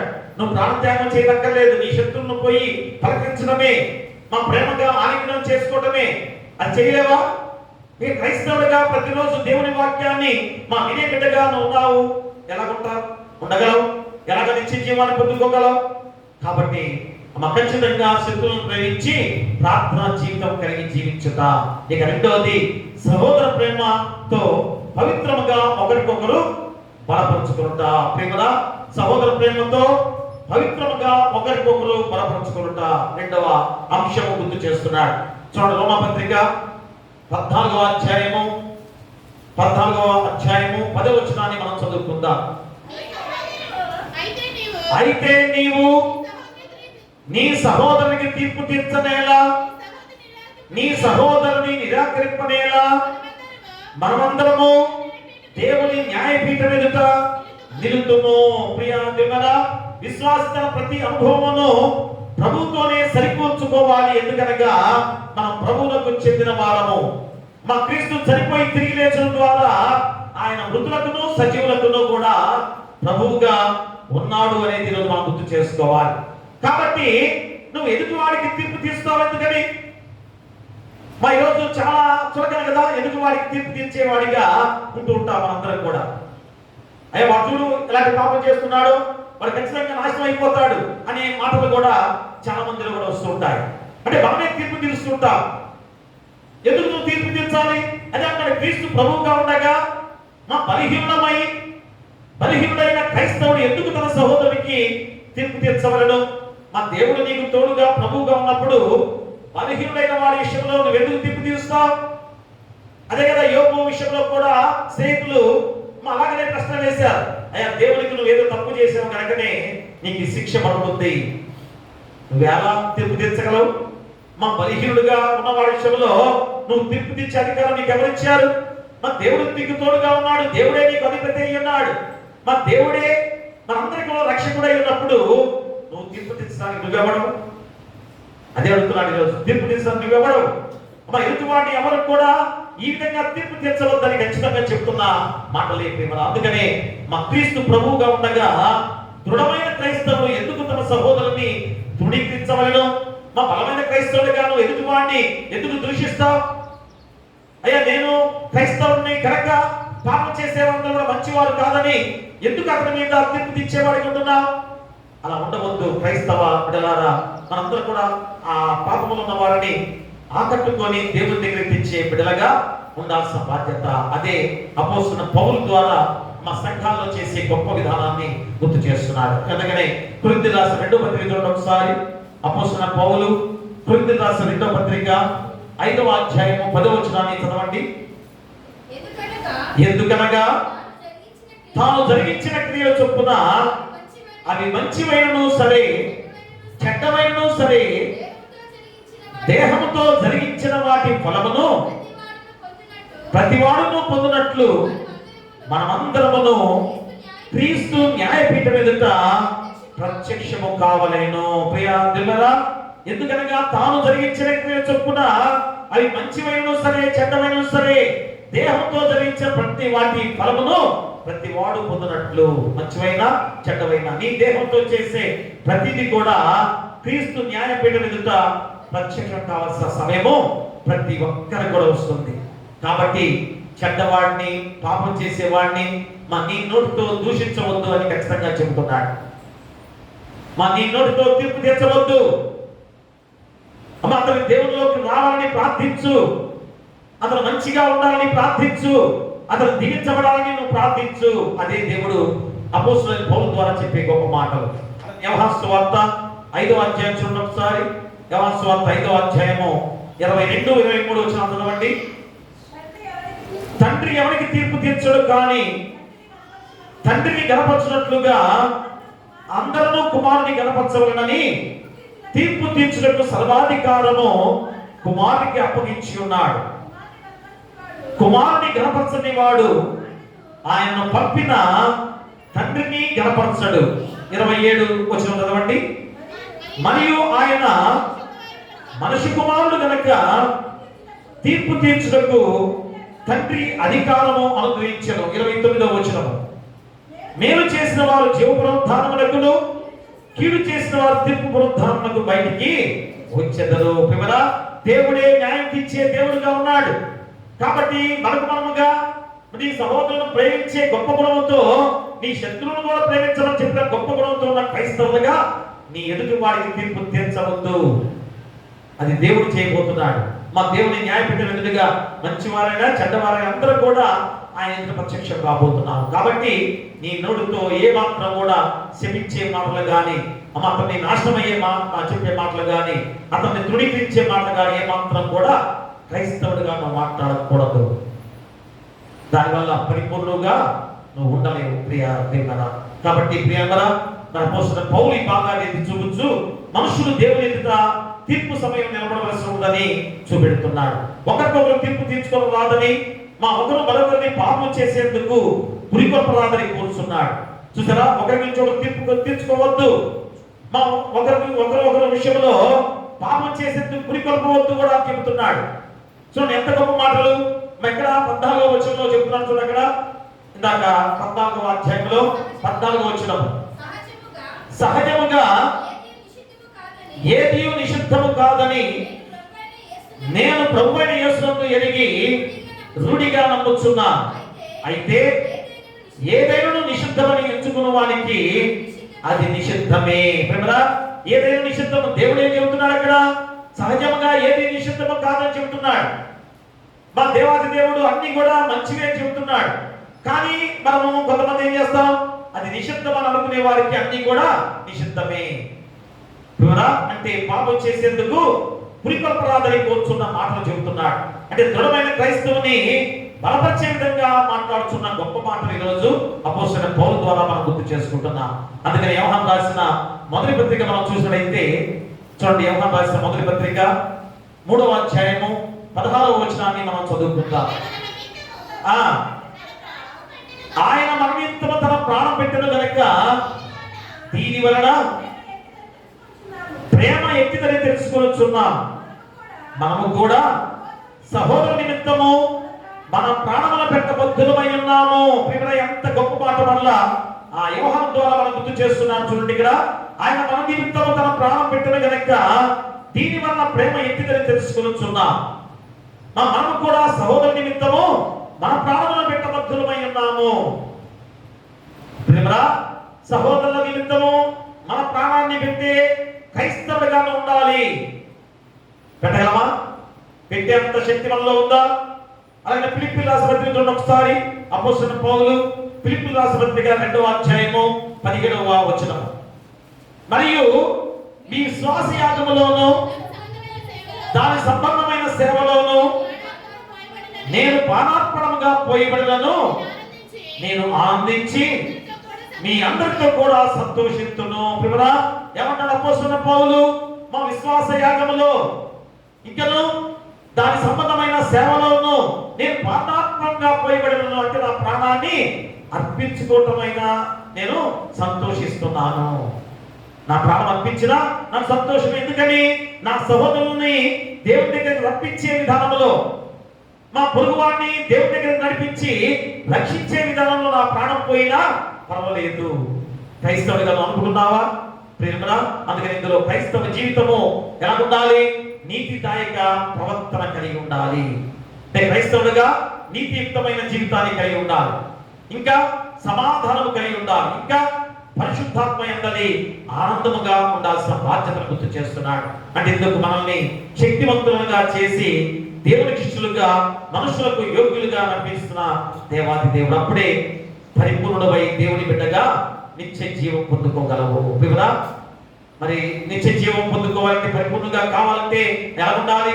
నీతిదాయక ప్రవర్తన కలిగి ఉండాలి, సమాధానంతో ఉండాలి, ఇందులో పరిశుద్ధాత్మ ఆనందంతో జీవించేవాడికి ఉండాలి. అప్పుడే దేవునికి ఇష్టమైన బిడ్డగా ఉండబోతున్నాం.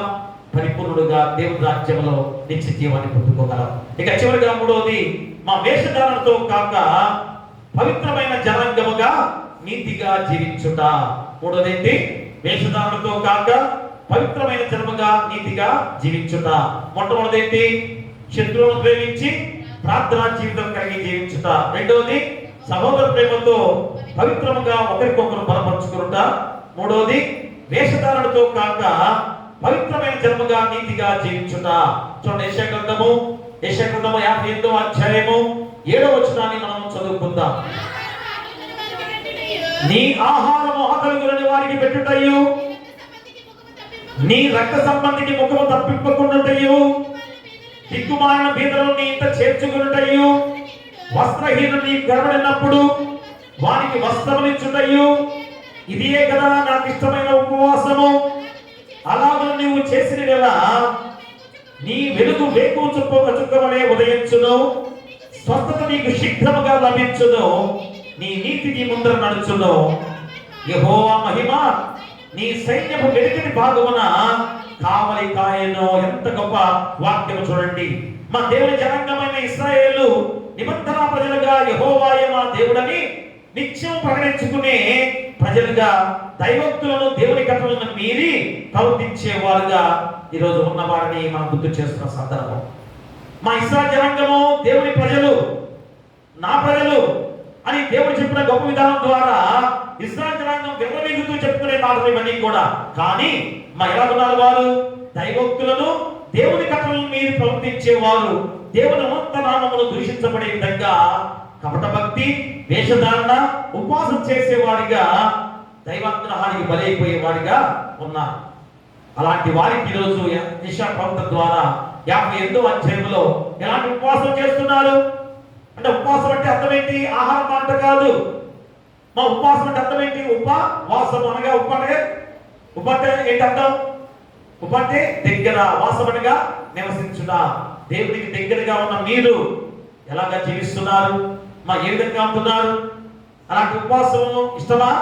అదే కదా 4వ వచనంలో, మీరు కలహపడచ్చు, వివాదము చేయొచ్చు, అన్యాయంగా గుద్దులాడచ్చు, ఉపవాసముందురు. మీ కంఠధ్వని పరమన వినబడినట్లుగా మీరు ఇప్పుడు ఉపవాసం ఉండరు. అట్టి ఉపవాసము నాకు అనుకూలమా? మనుష్యుడు తన ప్రాణాలను బాధపరచుకోవలసిన దినము అట్టిదేనా? అప్పుడు ప్రశ్నిస్తున్నాడు. ఎన్ని ప్రశ్నలు చూడండి. మా ఉపవాసం అంటే మీరు ఆహారం మానివేసి దాని ఉపవాసం అనుకుంటున్నారు. దేవునికి దగ్గరగా ఉన్న మనమే, మా ఈరోజు దేవునికి దగ్గరగా ఉన్న మనందరం కూడా ఎలాంటి వారిగా జీవిస్తున్నాం? అదే చెబుతున్నాడు కదా, నీ ఆహారము ఆకలి కొన్న వారికి పెట్టుట. ఎక్కువ ఆలోచనలో కూడా దుర్మార్గులు కట్టిన కట్టలు నింపుటయ్యు, కాడిమాన మోపులు తీయుటయ్యు, బాధింపబడిన వారు విడిపించుటయ్యు, ప్రతి కాడిని విరుగుగొట్టుటయ్యు నేను ఏర్పరచుకున్న ఉపవాసం కాదా? నీ ఆహారం ఆకలి కొన్న వారికి పెట్టుటయ్యు, నీ రక్త సంపని ముఖము తప్పిపోకుండాయు దిక్కుమాలిన వేదనలను ఆదరించుటయు వస్త్రహీనుడికి వస్త్రం ఇచ్చుటయు. ఇదే కదా మా దేవుని దగ్గరగా నివసించే క్రైస్తవులుగా చేసిన విధానము. పిల్లగా చేస్తున్నామా? నీ అన్నదమ్ములు నీ అక్కచెల్లెలు ఇంటికి వస్తేనే మొక్కలు తిప్పుతున్నాం కదా.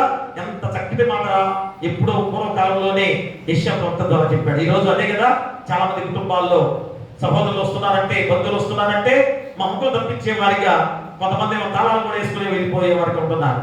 అయ్యో వారు వస్తే నేను భరించలేను, వారికి పెట్టలేదు నేను అని చెప్పేసి ఆ భార్య అంటే భర్త కూడా సహకరిస్తాడు. ఏం చేస్తాడు? మా భర్త కూడా తాళాలు వేసి ఇద్దరు కూడా ఎక్కడికో వెళ్ళొస్తారు సరదాగా. ఇంకా వస్తారా వాళ్ళ ఇంటికి? మా చూడండి ఎలా ఉంది. అలాగనే భర్త తరపున వారు వస్తే అలాగా భార్య తరపున వారు వస్తేనే భర్త కదా. అయ్యో వారు వస్తారంటే మన ఇంట్లో డబ్బులన్నీ కూడా అయిపోతాయి, లేకపోతే పని చేయాల్సి వస్తుందేమో భార్య, నేను డబ్బులు ఖర్చు పెట్టాలనే భర్త ఎలాగ ముఖం తప్పించుకునే వారిగా ఉన్నారో ఒక్కసారి ఆలోచన చేయండి ప్రియులరా. అంటే ఇవన్నీ కూడా క్రైస్తవుడిగా నువ్వు ఎలాగా జీవిస్తున్నావో ఒకసారి ఆలోచన చేస్తున్నావా? అంటే వేషధారణతో క్రైస్తవుడిగా ఉన్నావేమో ఆలోచన చేయి. అందుకనే వేషధారణతో కాక పవిత్రమైన జనముగా నీతిగా జీవించే వారికి ఉండాలి. అలా జీవించే వారందరూ కూడా ఎలా ఉండబోతున్నారు? 9వ వచనంలో, అప్పుడు నువ్వు పిలవగా యెహోవా ఉత్తరమిచ్చును, నువ్వు మొరపెట్టగా ఆయన నేనున్నాను, నన్ను ఇతరులను బాధించుటయు, వేలు పెట్టి చూపి తిరస్కరించుటయు, చెడ్డదాన్ని బట్టి మాట్లాడుటయు నీవు మాని ఆశించిన దాన్ని ఆకలిగిన వారికి ఇచ్చి శ్రమపడిన వారిని తృప్తిపరిచిన చీకటిలో నీ వెలుగు ప్రకాశించును, అంధకారం నీకు మధ్యాహ్నం వలె ఉండును, యెహోవాను నిత్యము నడిపించును, క్షామకాలమున ఆయనను తృప్తిపరిచి నీ ఎముకలను బలపరచును, నీవు నీరు కట్టిన తోట వలెను ఎప్పుడునూ ఉబుకుచుండు నీటి ఊట వలె ఉండేదవు. పూర్వకాలం నుండి పాడైపోయిన స్థలములను నీ జనులు కట్టెదరు, అనేక తరముల క్రిందట పాడైపోయిన పునాదులను నువ్వు మరలా కట్టెదవు. విరగబడిన దాన్ని బాగు చేయువాడవనియు, దేశంలో నివసించినట్లుగా త్రోవలు సిద్ధపరచువాడవనియు నీకు పేరు పెట్టబడును. క్రైస్తవుడిగా ఎలా ఉండాలో పదే పదే 58వ అధ్యాయం యెషయా ప్రవక్త ద్వారా చెప్పిన ఈ మాటలు మరలా మనం గుర్తు చేసుకోవాలి. ప్రతిరోజు దేవుని దగ్గర వచ్చే మనుషులు మనమే. మా ఉపాసన అంటే ఉపానగా దగ్గరగా వాసనగా నివసించుట. మరి దేవుని దగ్గరగా నివసించేది ఎలా ఉండాలి? ఇవన్నీ నువ్వు చేస్తేనే పరిపూర్ణంగా ఉండగలిగే గొప్ప సామర్థ్యం. కాబట్టి మనం పరిపూర్ణంగా శత్రువులను ప్రేమించే ప్రార్థన జీవితం కలిగి ఉండాలి. మా సహోదర ప్రేమతో పవిత్రముగా ఒకరికొకరు బలపరుచుకునే వారిగా ఉండాలి. వేషధారణతో కాక పవిత్రమైన ధర్మగా నీతిగా జీవించగలిగే వారిగా ఉండాలి. అప్పుడే పరిపూర్ణత నీలో నాలో మనలో కలిగే గొప్ప విధానం. అలాంటి పరిపూర్ణతే మా దేవుని వారసులుగా నిత్య జీవాన్ని పొందుకోగలం. నిత్య జీవం పొందుకోగలనని ఇప్పుడు అనుకుంటున్నావేమో కదా. ఇప్పుడు నువ్వు నిత్య జీవం పొందుకోవాలంటే ఎలాగా, ఏం చేయాలో ఈ 3 లేఖన భాగాల ద్వారా దేవుడు నీకు చెప్పబడిన గొప్ప లేఖన భాగాలు ఇప్పుడైనా నువ్వు గమనించుకొని మా ఆ రీతిగా నువ్వు నడిచి పరిపూర్ణంగా జీవించే గొప్ప విధానంలో ఆ యవనస్తుడు అధికారి ధనవంతుడుగా నీ ఆస్తంతో కూడా బెదిరించి నన్ను వెంబడించంటే మంచి అవకాశాన్ని పోగొట్టుకున్నాడు. మా నీకు నాకు మనకు కూడా అవకాశాన్ని ఇవ్వటానికి 2వ రాకడగా వస్తున్నాడు. సిద్ధంగా ఉన్నావా? ఇంకా నువ్వు ధనాన్ని ప్రేమిస్తూ మా ఈ లోకాన్ని ప్రేమించేవాడిగా జీవిస్తున్నావా? ఇప్పుడైనా కానీ విడిచిపెట్టు. అది దేవుణ్ణి ప్రేమించే బిడ్డలుగా, మా సహోదరులను ప్రేమించే వారిగా, నీతియుక్తమైన జీవితాలతో మనం జీవించే వారిగా, శత్రువులు సైతం ప్రేమించే వారిగా ఉన్నట్లయితే పరిపూర్ణంగా దేవుని వారసుడుగా నిత్య జీవాన్ని పొందుకోవాలి. అట్టి కృప మీకు ఉండాలని కోరుతూ మీకును మీ కుటుంబాలకును సదాకాలం దేవుడు తోడైనను గాక. ఆమేన్. సమస్త జ్ఞానం ఇచ్చిన దేవుని సమాధానము యేసుక్రీస్తు వలన మీ హృదయములకును మీ తలపులకును కావలియుండును గాక. ఆమేన్. దేవానా యందు శుద్ధ హృదయము కలుగచేయుము నాంతరంగము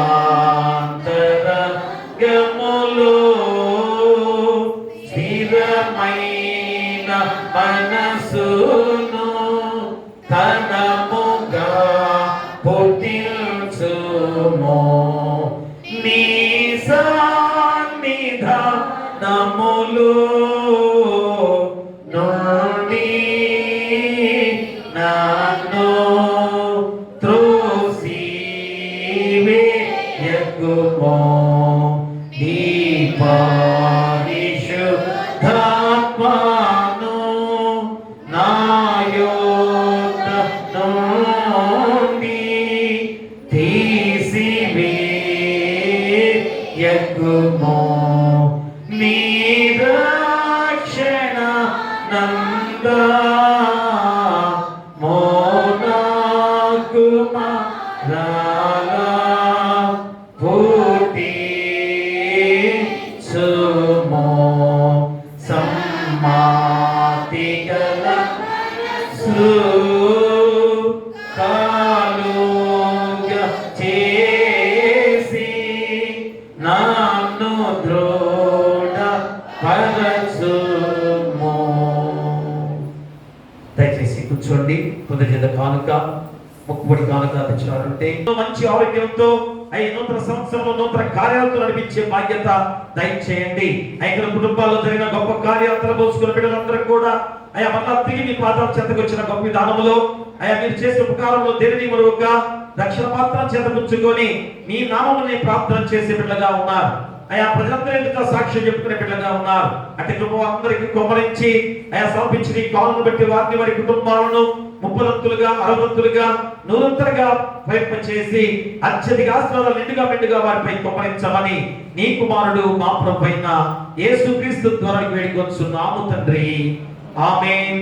తండ్రి, కుమార, పరిశుద్ధాత్మ త్రియేక దేవుని దీవెన ఇదిగో మీ పాసందులో జరిగిన మేలును బట్టి సమర్పించిన ఈ కాలను బట్టి వారికి వారి కుటుంబాలకును వారి గృహాలు నివసిస్తున్న ప్రతి బిడ్డకు కూడా సదాకాలము తోడైండును గాక. ఆమేన్. ఆమేన్. ఏమనాలి? నిన్ను దీతువా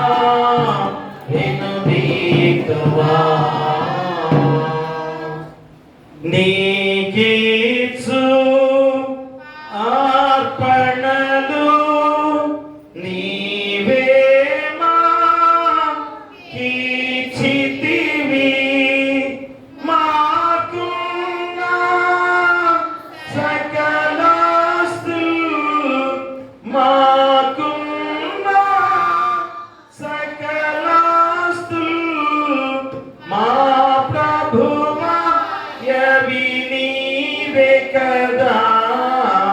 నీకీచు అర్పణలు నీవిప్పుడు గైకొనుమా.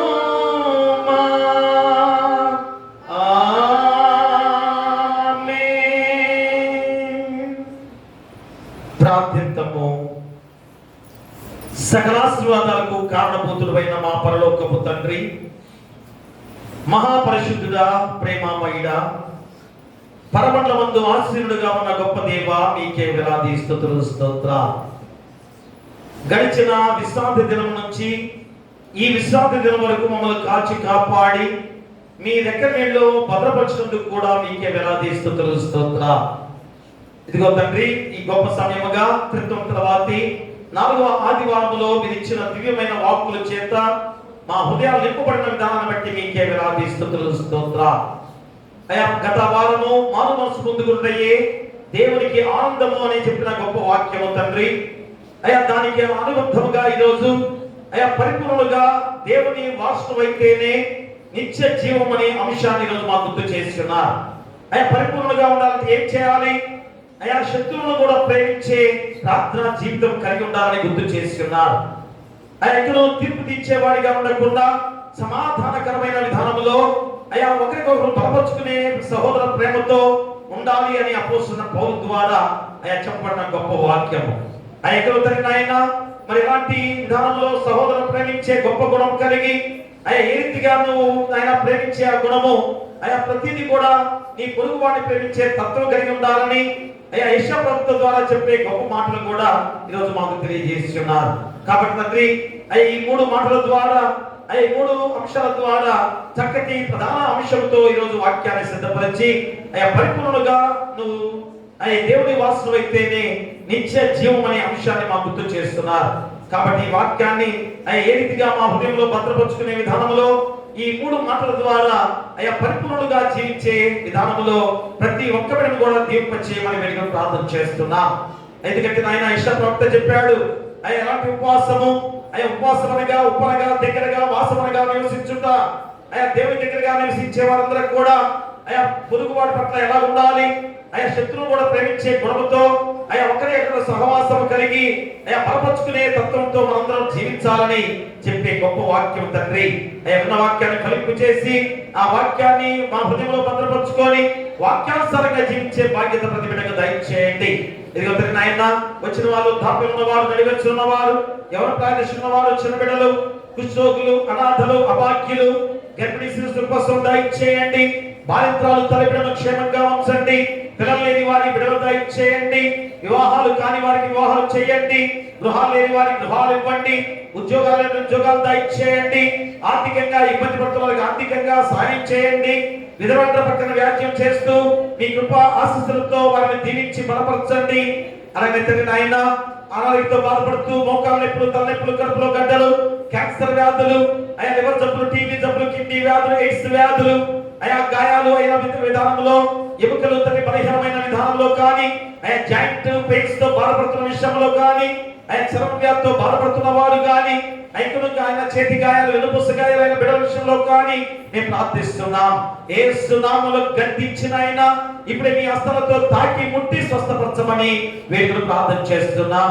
కష్టమైన పనులు చేసుకునేవారు, కూలి పనులు, సిమెంట్ పనులు, సున్న పనులు, క్వారీ పనులు, కరెంట్ పనులు, పెయింట్ పనులు, రాడ్ బెండింగ్ పనులు, వడ్రంగం పనులు, వేరే వేరే పనులు చేసుకునేవారు, మిర్చి ఆటల పనులు చేసుకునేవారు, మిర్చి తొడియాలు తీసే బిడ్డలు, ప్రతి వారి విషయంలో మేము ప్రార్థన చేస్తున్నాం. ఎంతో కష్టాన్ని పనులు చేసుకుంటూ కష్టాన్ని దగ్గర ప్రతిఫలంతో కుటుంబాన్ని ఐక్యను పోషించుకునే బాధ్యత ప్రతి బిడ్డకు దయచేయండి. వ్యవసాయదారులు బట్టి ప్రార్థన చేస్తున్నాం. తొలకరి వర్షము పడింది నాయన, కానీ అదృష్టి అనావృష్టి కాకుండా సమపాతమైన వర్షపాతముతో చక్కగా విత్తనాలు కూడా నాటిన వారు ఉన్నారు. వారి పంటలు చక్కగా పండి లాభదాయకంగా వారి కుటుంబాన్ని పోషించుకునే బాధ్యత ప్రతి వ్యవసాయదారునికి దయచేయండి. అలాగే తండ్రి నాయన, వ్యాపారం చేసే ప్రతి వారిని కూడా చిన్న వ్యాపారస్తులైనా పెద్ద వ్యాపారస్తులైనా దీవించి బలపరిచి వారి కుటుంబాన్ని పోషించుకునే బాధ్యత దయచేయండి. అలాగే పాడి పశువులను, పక్షాదులను, పశువుల కాపులను, గొర్రెల కాపులను దీవించి బలపరచండి. అలాగే వాహనాలు వెళ్ళే ప్రతి వారిని కూడా క్షేమకరంగా గృహాలు నడిపించండి. మరి ఇక్కడ తండ్రి నాయన, సేవకులుగా డాక్టర్లు, నర్సులు, ఆశా వర్కర్లు, వాలంటీర్లు, పోలీసు వారు, ఎంఆర్ఓ, విఆర్ఓ, విఆర్ఏలు, పంచాయతీ సెక్రటరీలు, పారిశుద్ధ పనులు చేసేవారు, ఎండిఓ, రాష్ట్రపతులు, ప్రధానమంత్రులు, ముఖ్యమంత్రులు, మంత్రులు, ఎమ్మెల్యేలు, గ్రామ సర్పంచులు, ఎంపీటీసీ, జెడ్పీటీసీ వారు, అంగన్వాడీ సచివాలయ ఉద్యోగస్తులు, వీరందరూ కూడా ప్రజల క్షేమాన్ని కోరుతూ చేసే ఉద్యోగస్తులు. కాబట్టి వారు ప్రజల క్షేమాన్ని కోరుతూ ఉద్యోగాలు చేసే ప్రతి వారికి కూడా తిరిగి మీ ద్వారా ప్రతిఫలం ఇస్తారని వాగ్దానం చేసి ఉన్నారు. అట్టి కృప వారందరికీ దయచేసే విధంగా వారు ప్రజల క్షేమాన్ని కోరుతూ ఉద్యోగాలు చేయడానికి మీ కృప బాహుళ్యాన్ని వారిపై కుమ్మరించమని వేడుకలు ప్రార్థన చేస్తున్నాం. అలాగే తండ్రి నాయన, ఈ సమయంలో చదువుకునే బిడ్డల విషయంలో ప్రార్థిస్తున్నాం. చిన్న బిడ్డలు, పెద్దవారు, యవనస్తులు కాలేజీలకు వెళ్తున్నారు, చిన్న బిడ్డలు వాహనాలు వెళ్తున్నారు. వాహనం వెళ్ళే చిన్న బిడ్డలందరూ కూడా క్షేమకరంగా నడిపించండి. పెద్దవారు, యవనస్తులు కాలేజీలకు వెళ్తున్నారు, చక్కగా చదువుకునే బాధ్యత దయచేయండి. ఆశల్లో ఉన్న ప్రతి బిడ్డను కూడా దీవించి బలపరచమని, ఆశ చుట్టూ కూడా మీ దేవదూతలను కంచిగా ఉంచమని వేడుకలు ప్రార్థన చేస్తున్నాం. అలాగే ఉద్యోగస్తులందరూ బట్టి ప్రార్థన చేస్తున్నాం. రాకపోకలు మీరు తోడుగా ఉండండి, ప్రమోషన్తో నడిపించండి. అలాగే తండ్రి నాయన, ఈ గొప్ప సమయంలో తండ్రి నాయన, ఇతర దేశాల్లో ఉద్యోగాలు చేస్తూ చదువుకునే బిడ్డలు, ఇతర రాష్ట్రాల్లో ఉద్యోగాలు చేస్తూ చదువుకునే బిడ్డలు, ప్రతి వారిని కూడా పేరు పేరు దీవించి చక్కటి ఉద్యోగాలతో, చక్కటి చదువులతో, విజయాలతో ముందుకు సాగే బాధ్యత దయచేయండి. అలాగే తండ్రి నాయన, మా సంఘాన్ని బట్టి మరొకసారి మేము ప్రార్థన చేస్తున్నాం. నూతన దేవాలయ నిర్మాణము కొనసాగాలి. ఖచ్చితంగా బిడ్డలందరూ కూడా ఖచ్చితంగా వారి హృదయాల్లో దాన్ని ఖచ్చితంగా ఆలోచన చేసుకోవాలి. ఎందుకంటే నాయన, ఇంత గొప్ప దేవాలయ నిర్మాణం విషయంలో ఇంత చక్కటి ఆలోచన ఆలోచన చేసుకొని వెనుకంజ వేయకుండా అయా గొప్ప దేవాలయాన్ని నిర్మాణం ముందుకు సాగడానికి మీ కృప దయచేయండి. ఇదిగో తండ్రి నాయన, ఈ సమయంలో మేము ప్రార్థిస్తున్నాం తండ్రి, మా ప్రార్థన ఆలకించి అయ్యా తండ్రి నాయన సండే స్కూల్ అభివృద్ధి చేయండి. సండే స్కూల్ టీచర్లను దీవించండి, బిడ్డలను దీవించండి. అలాగే యవనస్తుల కూడిక ప్రతి మంగళవారం 7 గంటలకు జరుగుతుండగా అయ్యా ప్రతి బిడ్డను కూడా నడిపించమని వేడుకుని ప్రార్థన చేస్తున్నాం. ఎందుకంటే బిడ్డలు అంతగా పాడైపోతున్న విధానంలో లోకములు ఉన్నారు. అయ్యా వారిని ఎంత బాగు చేయాలనే ప్రయత్నంతో ఈ కూడిక ద్వారా బిడ్డలు దేవునిలో ఎదగాలి. అట్టి కృప ద్వారా యవనస్తులందరూ కూడా నీ పాస్టర్ నడిపించే బాధ్యతగా నడిపించమని వేడుకలు ప్రార్థన చేస్తున్నాం. తల్లిదండ్రులు ప్రోత్సహించి నడిపించే బాధ్యత దయచేయండి. అలాగే తండ్రి నాయన ఆ యూత్ సండే నడిపే బిడ్డలుగా ఆయా దూర ప్రాంతం నుంచి ఉద్యోగాలు చేస్తూ కూడా ఆయా వారికి వచ్చి దేవుని వాక్యాన్ని బోధిస్తున్నారు. వారందరిని దీవించి బలపరచమని వేడుకలు ప్రార్థన చేస్తున్నాం. అలాగే స్త్రీ సమాజాన్ని కూడా ఆయా స్త్రీలు అందరూ కూడా రావాలి. స్త్రీకి ఎంత ధన్యత ఇచ్చాడు దేవుడు, మరి ఎందుకు రాలేకపోతున్నారు? కాబట్టి స్త్రీలందరూ కూడా స్త్రీ సమాజాన్ని బలపరిచే విధంగా సమాజాన్ని నడిపించే పాస్టర్ గారికి కూడా మంచి ఆరోగ్యాన్ని దయచేయండి. కమిటీ వారిని కూడా దీవించి బలపరచమని వేడుకలు ప్రార్థన చేస్తున్నాం. అలాగే తండ్రి నాయన ఈ గొప్ప సమయంలో అయా మా సంఘ ఏసీ సంఘాన్ని విషయంలో ప్రార్థిస్తున్నాం. అయ్యా తండ్రి నాయన జడ్జెస్ గా వారు ఎంతో చక్కని పరిపాలన చేసే విధానంలో నడిపిస్తూ ఉన్నారు, అయా నడిపించబోతున్నారు. కాబట్టి మీ కృప దయచేసి ఆ ఎలక్షన్ ద్వారా ఇందులో ముందుకు సాగే బాధ్యతగా మీ పరిశుద్ధాత్మ శక్తిని వారిపై కుమ్మరించమని ప్రతి సంఘాన్ని, ప్రతి ప్యారిష్ మాస్టర్ గారిని కూడా బలపరచండి, దీవించి బలపరచమని వేడుకలు ప్రార్థన చేస్తున్నాం. అయా ఆదాయ ప్రార్థన చేస్తూ వారి కుటుంబాన్ని కూడా దీవించి బలపరచమని వేడుకలు ప్రార్థన చేస్తున్నాం. అలాగే సమర్పించిన కానుకలు బట్టి, కృతజ్ఞత కానుకలు బట్టి, మొక్కుబడి కానుకలు బట్టి, దశభాగాలు పదపాలు తెచ్చిన వారిని బట్టి, గుప్పడి బియ్యాన్ని తీసుకొచ్చిన వారిని బట్టి వారిని వారి కుటుంబాలను 30ంతులుగా 60ంతులుగా 100ంతలుగా ఫలింప చేయమని వేడుకలు ప్రార్థన చేస్తున్నాం. అలాగే ఆయన మా సంఘాన్ని కుల పెద్దలను, అసంఘ పెద్ద డెలిగేట్ గారిని, సంఘ పెద్దలను, కుల పెద్దలను, పిసిసి వారిని, సర్వాధిని దీవించే సంఘాన్ని ఇంకను ఐక్యమత్యంగా నడిపించే బాధ్యత దయచేయండి.